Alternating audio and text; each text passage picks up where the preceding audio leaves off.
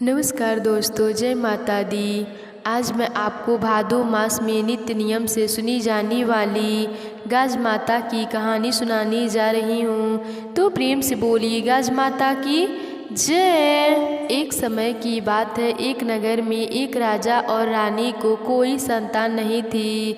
संतान न होने के कारण वे हमेशा दुखी रहते थे। महारानी गाज माता की भक्ति करती थी। एक दिन रानी ने कहा कि हे गाज माता, यदि मेरे गर्भ रहता है तो मैं आपके हलवा और पूड़े की कढ़ाई कर दूंगी। गाज माता ने अपने भक्तों की बात सुनी और उसे पुत्र प्राप्ति का वरदान दिया।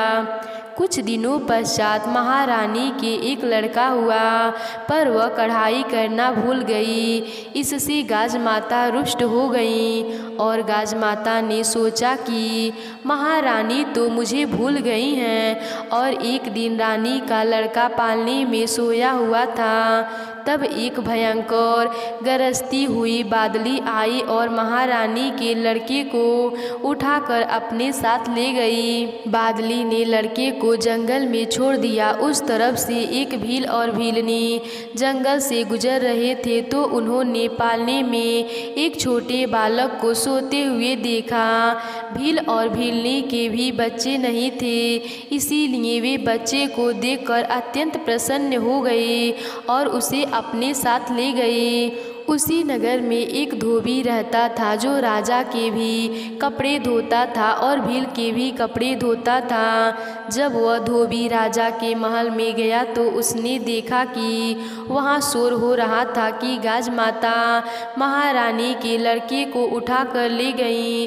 तब धोबी ने कहा कि आज उसने एक लड़के को भील के घर पर पालने में सोते हुए देखा था।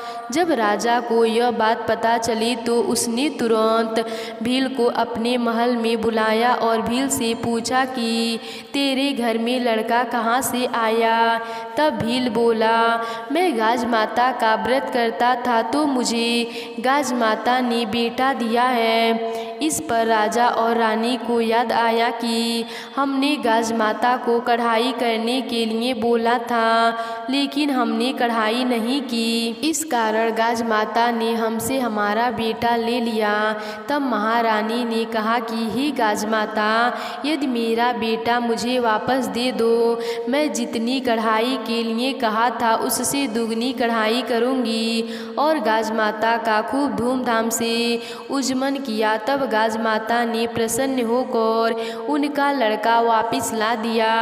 भील और भीलनी के यहाँ भी बहुत धन दौलत और एक सुंदर से पुत्र रतन की प्राप्ति हुई। तब सारे शहर में महाराजा ने ढिढोरा पिटवा दिया कि जब भी लड़का या शादी हो तो गाज माता का उजमन करें। गाज माता ने जैसे रानी को लड़का दिया, भील भीलनी को धन और पुत्र दिया, वैसे ही सबको देना। गाज माता की कहानी कहने वाले को, गाज माता की कहानी सुनने वाले को, सबके परिवार में सुख शांति और समृद्धि बनी रहे।